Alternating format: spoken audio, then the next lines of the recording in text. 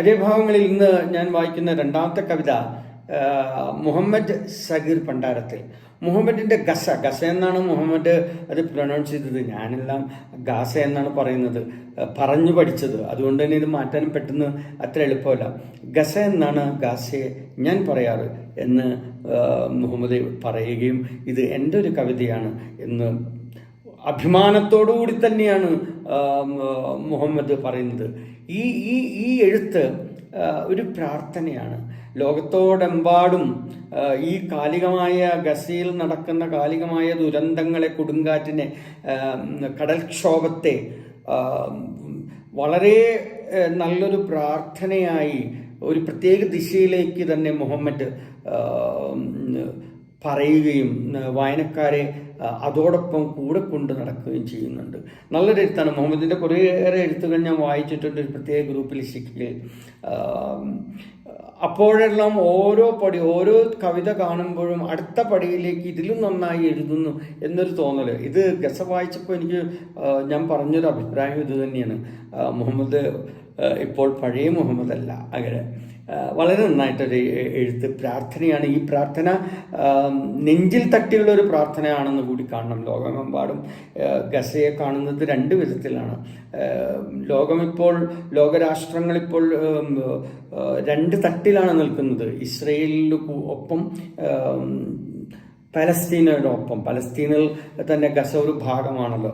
ഹമാസിൻ്റെ ഒരു ഇഷ്യൂ വന്നതുകൊണ്ട് അതിൽ രാഷ്ട്രീയപരമായ അവസ്ഥയുണ്ട്. നമ്മുടെ നാട്ടിലും രണ്ട് പക്ഷത്തായിട്ട് ആളുകൾ നിൽക്കുന്നുണ്ട്. ഞാനും കൺഫ്യൂസ്ഡാണ്, എവിടെ നിൽക്കണമെന്ന് അറിയാൻ പാടില്ലായിട്ടല്ല. തീർച്ചയായിട്ടും പലസ്തീനിൽ അവരുടെ ആ ദുരന്തങ്ങളെല്ലാം ഒരുപാട് എഴുതുകയും കുറച്ചെല്ലാം വായിക്കുകയും ചെയ്ത ഒരാളാണ് ഞാൻ. നേരെ മറിച്ചാണ് വേണ്ടത്. ഒരുപാട് വായിക്കുകയും കുറച്ച് എഴുതുകയും ചെയ്യണം. ഇത്തവണ പക്ഷേ എന്തോ മനസ്സിൽ അങ്ങ് എഴുത്ത് വന്നില്ല. കാരണം മുൻപ് എഴുതിയത് തന്നെ വീണ്ടും ഈ സംഭവം തന്നെയാണ് നടക്കുന്നത്.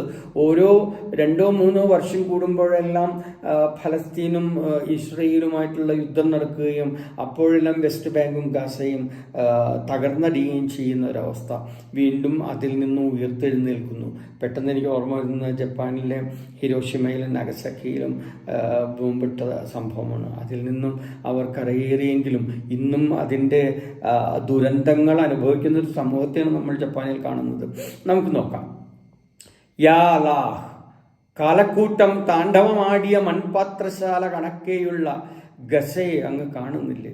കൃത്യമായ ഒരവസ്ഥയെ മൺകലങ്ങൾ കൂട്ടിയിട്ടിരിക്കുന്നിടത്തൊരു കാളക്കൂട്ടം വന്നു കഴിഞ്ഞാൽ പിന്നെ ആ മൺകലങ്ങൾക്ക്, മൺപാത്രങ്ങൾക്ക് യാതൊരുവിധ അസ്തിത്വവും ശേഷിക്കുന്നില്ല. ശേഷിപ്പായി അവിടെയുള്ളത് ചിതറിയ പൊട്ടിയ ചില ജീവിതങ്ങൾ മാത്രം. എത്ര വ്യക്തമായിട്ടാണ് അള്ളാഹുവിനോട് ഈ അവസ്ഥയെ പറയുകയും ഇതിനപ്പുറം ഇനി കവിത പോകേണ്ട ആവശ്യമേ ഇല്ലെന്ന് തോന്നും വിധം തന്നെ ഒരു നല്ലൊരു രേഖ വരച്ചു വെച്ചിട്ടുണ്ട്, രേഖാചിത്രം വരച്ചു വെച്ചിട്ടുണ്ട് മുഹമ്മദ്. ഗസയെ അങ്ങ് കാണുന്നില്ലേ? അങ്ങ് കേൾക്കുന്നില്ലേ ആ രോദന പ്രാർത്ഥനകൾ? ആ രോദനങ്ങൾ അങ്ങ് കേൾക്കുന്നില്ലേ? മൺകലങ്ങൾ ഉടയുന്ന ശബ്ദം അങ്ങ് കേൾക്കുന്നില്ലേ അല്ലാഹു? അത് ഇനി നമുക്ക് പ്രാർത്ഥന മാത്രമേ ഉള്ളൂ, വേറൊന്നും ചെയ്യാൻ സാധിക്കുന്നില്ല. മനുഷ്യരാരും ഇവരെ കേൾക്കുന്നില്ല. അപ്പോൾ പിന്നെ നമുക്ക് ദൈവത്തോടല്ലാതെ വേറെ ആരോട് പ്രാർത്ഥിക്കാനാണ്? യാ അല്ലാഹ്, ലൂത്ത് നബിയുടെ സമൂഹത്തെ, നൂഹ് നബിയുടെ ജനതയെ, ഫിർഔനിനെയും കിങ്കരന്മാരെയും നാമാവശേഷമാക്കിയ അങ്ങയോടല്ലേ അവർ യാചിക്കുന്നത്? മുഹമ്മദ് ചരിത്രത്തിലേക്ക് കടന്ന് നബി ജീവിച്ചിരുന്ന ഒരു രാഷ്ട്രീയ അവസ്ഥയിൽ അധികം ചരിത്രമൊന്നും അറിയില്ല, ആ ഭാഗത്തേക്ക് ഞാൻ തൊട്ടിട്ടില്ല. എന്നാലും വായിച്ചതിൽ നിന്ന് കൊച്ചു നബി പോലും ഒളിച്ചോടിയ, ജീവനും കൊണ്ട് ഒളിച്ചോടിയ അവസ്ഥ ഉണ്ടായിട്ടുണ്ട്.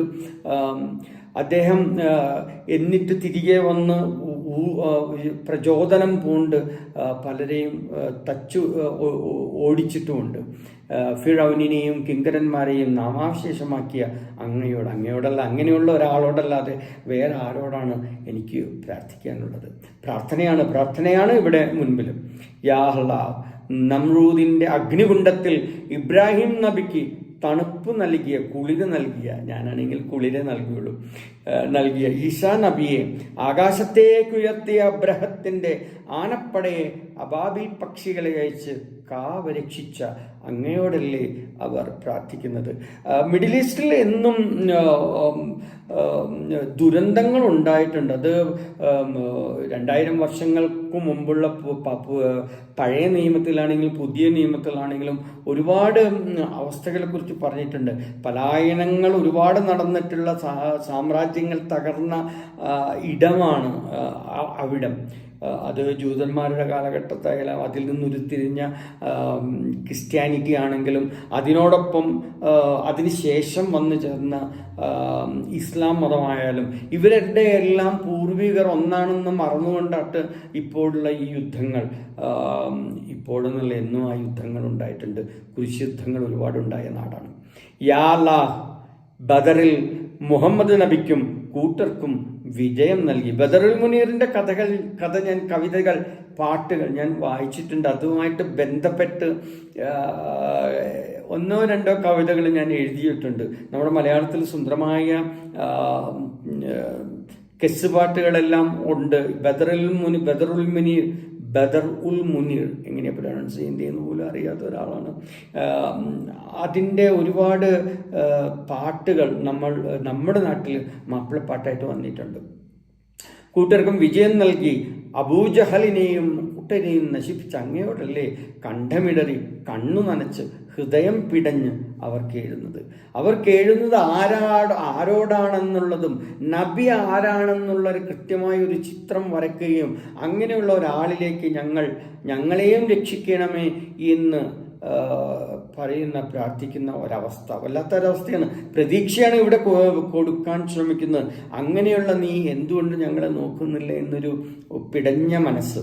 യാ അല്ലാഹ്, ഗസ എന്നുള്ളത് ഇവിടെ ഗാസ എന്നായിട്ടുണ്ട്. ഗാസ അൽ ഷിഫ ആശുപത്രിയിലെ ഹൃദയപ്രസവ ശിശുരോഗ വാർഡുകൾ, ഈയിടെ ഒരു ഹോസ്പിറ്റൽ പോലും ബോംബിട്ട് നശിപ്പിച്ചു. അത് ഇസ്രായേൽ അല്ലെന്ന് അവരും ഹമാസ് അല്ലെന്ന് അവരും പറയുന്നുണ്ട്. മിക്കവാറും എല്ലാവരും പറയുന്നത് ഇസ്രായേൽ തന്നെയാണെന്നാണ്. അതിന് ചത്തത് കീചകനെങ്കിൽ കൊന്നത് ഭീമൻ എന്നുള്ള പഴമൊഴിയുണ്ടല്ലോ. ഹൃദയപ്രസവ ശിശുരോഗ വാർഡുകൾ വേദനയിൽ ഞരങ്ങിയും വിലപിച്ചും ജീവിതത്തിനും മരണത്തിനുമിടയിൽ ICU ആയി മാറിയ കാഴ്ച അങ്ങ് കാണുന്നില്ലേ? കാലികമായ യുഗങ്ങൾക്കകലെ നിന്നും നടന്ന സംഭവങ്ങളുടെ അരികു പിടിച്ച് കാലികമായ ഈ അവസ്ഥയിലേക്ക് പ്രാർത്ഥന കടന്നു വരുന്നു. യാ അല്ലാഹ്, അവർക്കിടയിൽ അജ്ഞാതൻ 1, അജ്ഞാതൻ 2 എന്നിങ്ങനെ ബാറ്റൻ അണിഞ്ഞ് നിരന്നു കിടക്കുന്ന അനേകം ശവക്കാഴ്ച. ഇവിടെ കുറേ ക്ലിപ്സെല്ലാം കാണുന്നുണ്ട്. കോടി പുതപ്പിച്ച മുഖം മറച്ച മനുഷ്യ ശരീരങ്ങൾ, അത് എല്ലാവരും കാണുന്നുണ്ട്. ബാറ്റൺ അണിഞ്ഞ് നിരന്ന് കിടക്കുന്ന അനേകം ശവക്കാഴ്ചയിൽ തിമിരം ബാധിച്ച 2 പിഞ്ചു കണ്ണുകൾ ചാവേറായിടാൻ നീലനക്ഷത്രത്തിരയുന്നത് കാണാതെ പോകരുത്. ഇവിടെ കുഞ്ഞുങ്ങളാണ്, സ്ത്രീകളുമാണ് കൂടുതലും മരിക്കുന്നത്. ഓൾറെഡി UN പറഞ്ഞിട്ടുണ്ട് മരണം ഇനിയും ഒരുപാട് നടക്കും, ആശുപത്രികളെല്ലാം മരുന്നില്ലെന്ന്. പക്ഷേ fortunately maybe by chance or by luck അവിടെ ഇസ്രയേലിൻ്റെ അനുവാദത്തോടു കൂടി ഗാസയിലേക്ക് ഈജിപ്തിൻ്റെ രക്ഷാസൈനികർ പോകുന്നുണ്ട്. മരുന്നും കൊണ്ട്, പെട്രോൾ കൊടുക്കാൻ പാടില്ല, മരുന്നും മന്ത്രവും ചിലപ്പോൾ ഫലിക്കുമായിരിക്കും, വെള്ളവും കൊണ്ടുപോകുന്നുണ്ട്. ഇവിടെയാണ് ആ വിശപ്പ്, ദാഹം എന്നുള്ള അപർണയുടെ എഴുത്തിന് ഞാൻ ഓർക്കുന്നത്. 2 പിഞ്ചു കണ്ണുകൾ ചാവേറായിടാൻ നീലനക്ഷത്രത്തെ തിരയുന്നത് കാണാതെ പോകരുത്. പ്രാർത്ഥനയാണ്. യാ അല്ലാഹ്, അഭയാർത്ഥികളായി അട്ടിയോടിക്കപ്പെട്ട ഒരു പറ്റം ജനത വസിക്കും ഗസയ്ക്കായി ലോകമർപ്പിക്കുന്ന പ്രാർത്ഥനകൾ കാണാതെ പോകരുത്. ഈ പ്രാർത്ഥന ലോകം മുഴുവൻ പ്രാർത്ഥിക്കുകയാണ് അള്ളാഹുവിനോട്. നീ ആരായിരുന്നു എന്ന് ഞങ്ങൾക്കറിയാം, ഇന്ന് ഈ അവസ്ഥയിൽ നീ ഞങ്ങളെ രക്ഷിക്കണമേ എന്ന് വളരെ കൃത്യമായി മുഹമ്മദ് ഇവിടെ പറഞ്ഞു വയ്ക്കുമ്പോൾ എനിക്ക് തോന്നുന്നു വായനക്കാരെല്ലാം അറിയാതെ കൈകൂപ്പിപ്പോകും, അള്ളാഹു ഈ പ്രാർത്ഥന കേൾക്കണമെന്ന്. വളരെ ഭംഗിയായി, വളരെ നോവിക്കുന്ന വിധം തന്നെയാണ്, കണ്ണീരോടുകൂടിയ തന്നെയാണ് നമ്മളെല്ലാം പ്രാർത്ഥിക്കുമ്പോൾ ദൈവത്തോട് നെഞ്ചുരുകിയാണ് പ്രാർത്ഥിക്കുന്നത്. ആ ഒരു ഒരുക്കം, ഈ എഴുത്തിലും നമുക്ക് കാണാൻ സാധിക്കും. അതുകൊണ്ട് തന്നെ മുഹമ്മദിൻ്റെ ഈ ചിന്ത, ഈ കവിത, ഈ പ്രാർത്ഥന ഉള്ളൊരുകുന്നതിനും അപ്പുറം പല തലങ്ങളിലേക്ക് കടന്നു പോകാം. ഗാസയിലെ പ്രശ്നം ഉടനെ തീരണമെന്ന് പ്രാർത്ഥിക്കുന്നവരിൽ ഒരാളാണ് ഞാൻ. അത് ഏതെല്ലാം വിധത്തിൽ ആരെല്ലാം എങ്ങനെയെല്ലാം തീർക്കുന്നറിയില്ല. ലോക നേതാക്കൾ ഇപ്പോഴും രണ്ടു കൂട്ടരോടും സംസാരിക്കുന്നുണ്ടെന്നും അറിയുന്നു.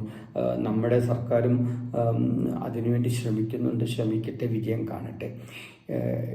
എല്ലാവർക്കും ഒരിക്കൽ കൂടി പ്രാർത്ഥനകളുടെ ഫലം കാണാൻ സാധിക്കട്ടെ എന്നൊരു പ്രാർത്ഥന മാത്രം. മുഹമ്മദിൻ്റെ ഈ കവിത, ഈ ചിന്ത, ഈ പ്രാർത്ഥന വളരെ ഇഷ്ടമായി. അതുകൊണ്ടാണ് ഞാൻ വായിക്കുന്നത്. അജയ് ഭാഗങ്ങളിൽ അജയ് നാരായണൻ.